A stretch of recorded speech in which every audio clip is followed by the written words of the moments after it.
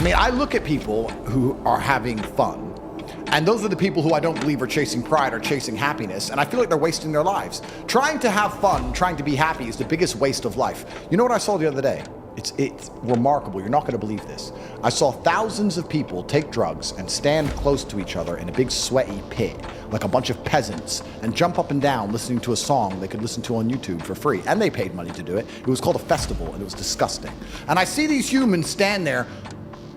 I'm like, what the fuck? No wonder you're fucking broke. You're an idiot. You're dumb as fuck. You're a moron. Like, festivals are crap. Concerts are crap. Clubs are crap. What's fun? Nothing's fun. The only thing that's fun is masculine achievement and being respected for being monumentally successful and competent and crushing your enemies with your brutal brilliance. Turning up and saying, I'm gonna make more money than all of you. I'm gonna be more famous than all of you. I'm the best. Watch me. And winning. That is fun. And then the only thing that's video games, but you're doing it in real life. I'm doing it in real life. I have no time for games. House arrest, we found a few hours. Now I'm back out here in the real world. Everyone must pay the price. But even then, the only things that I find fun now, the only thing I do for fun is, okay, I'll take my SF90 around a circle. That's a $700,000 car. My fun's expensive. I need a lot of money to even find anything I find remotely entertaining. A beautiful friend of mine, she's in Bali, and she's like, I can't wait till we're free. We're gonna go to Bali, look at this villa, da, da, da. I'm like, if I went to that villa, do you know what I would do? I was like, what are you doing there? She's like, oh, I'm doing yoga, and I had breakfast, and then I'm looking at the forest, and we're gonna go see the monkeys, da, da. So if I went to Bali, do you know what I'd do? I'd sit on my laptop. I would turn up at the villa and go, which room's mine? Okay, laptop. Coffee, please. Coffee, laptop. It'd be the same as Romania in Bali. And when I go to Dubai, it's the same. That's what I do. I work. And I want to make this very clear to people because I find it amazing when people say they don't have motivation. I have people come to me and say, I want to get rich, I don't have motivation, I want to work harder. I said, how can you not have motivation to get rich when somebody like me with a head start like mine is still working 18-hour days every single day, 7 days a week without having a day off? I'm gonna crush you. You don't stand a chance. I will beat you. And you're just gonna sit there and perpetually lose because you can't find the motivation to crawl up out the mud and stay a bug until you end up in your 15-minute city getting your 17th injection like a dummy, like a useless eater. All I do is work. Nothing is fun. I don't have fun. I don't even understand sports. I don't understand the concept of fun. The only sport I ever did was beating the shit out of people. Is that fun? When you start, you will be cringy as fuck. You will be awkward, you will be weird, people will look at you, the people you're friends with, people you're dating, hopefully not for long, will make you feel like you're being not cool. And the reality is, they're right. Because when you start, you will suck and you will have no reputation, you will have no track record, and is that a reason to not do it? If you're a loser, yes. Because it means that you care more about their disappointment in you than your own disappointment in you. And some people never care enough about their own opinion that they let everyone else's opinions literally rule the rest of their lives. And these are people who won't even be at your funeral. People who you went to high school with, people you went to college with, people that you're coworkers. You know there's probably right now in your head, you're like, oh, what would other people say? There's probably only 3 people whose opinions you actually care about. Might even just be one. And if you can stop saying other people or thinking about this vagueness of it and get really specific and say, what's the name of the person? Whose actual voice am I hearing?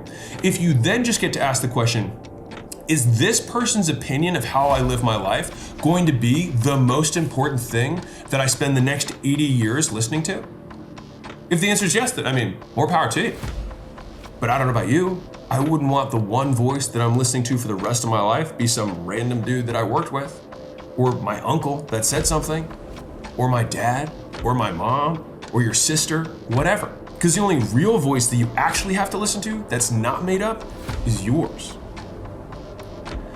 You need frustration tolerance. Sitting in the unknown with the confidence that you will continue to try because it is solvable even though you don't know how to solve it yet. It just comes down to that. It comes down to knocking on more doors. It comes down to trying to build the web page again when there's a bug and it doesn't work. It comes down to spending money on ads even though it doesn't give you any ROI, saving up your money and doing it again. It comes to posting another video even though you got negative comments or people are like, maybe you should try something else. Hey, they're just doing it because they care about you. They're doing it because they want the best for you. They don't want you to pursue this path and it's, you're really not meant for it, right? Of course you're not fucking meant for it. You just started. Of course you're not good. How do you think anyone gets good? You suck for a long time, and you get a little bit better, until you suck so little that you're actually good. And that sucking period, slow down, takes a long time. It takes a long time to get through that. And that is frustration tolerance. How many times can you do the same thing without reward, without reinforcement, and keep going? That is the hard part, because it's very difficult to observe that. Giving up, well, that's permanent. Giving up on your potential, what you can be because you're scared of the outcome, that's permanent. Giving up on the challenge and going for what's safe and comfortable, that's permanent. The belief, once turned your back on, you turn your back on your belief of what you can be. If you do that, say hello to the debate inside your head for the rest of your life that never stops talking to you. An hour a day, we give our valiant effort towards something. Every single day, people are like, wow, an hour in the gym, that's hard, man. Every single day, an hour. Wow, man, I don't know if I have time for that. 1 hour a day in the pursuit of something great. Or every second for the rest of your life, for eternity, debating if you could have been that person. Let's go figure it out, man. Let's go for it, all we got. And if we fail, then we know. And that's valuable to me. So I jumped out of the military, pursued the modeling, acting, entertainment field, and everything else. The challenge of it. Well, any day could be the day. I'm gonna get spit on and shit on and everything else. But do I persevere? Because it's the marathon of life, not the sprint. To continue to get up, continue to show up. That allows yourself to be in the opportunity to get that break. Perfecting, training, mastering a talent in hopes that an opportunity collides and you can show it off. Well, you're so lucky. That's what was life for me. That's what kept the heart pumping for me. That's why I do what I do. The challenge and the success that comes with a challenge can rob you of the life what the challenge is all about. We will do the things that we are reinforced for doing. Now, many people conflate that idea with we will do the things that we're rewarded for. No, we will do the things that we are reinforced for doing. Let me explain. If I said, I have to shock you, you would probably say, this is a punishing event, okay? What if I then said, your family, your wife, kids, are on the other side of the wall. Every shock that you take, they don't have to take. Are you gonna take another shock? Yes. Why? Because it's a reinforcing event. So that's how something negative can still be something positive. Let's flip it differently. If I said for every one of these shocks, you get $1 million, you'd probably be pretty down to take some shocks, right? Interestingly though, your willingness to take shocks over time would go down because the reinforcing event would need more variety.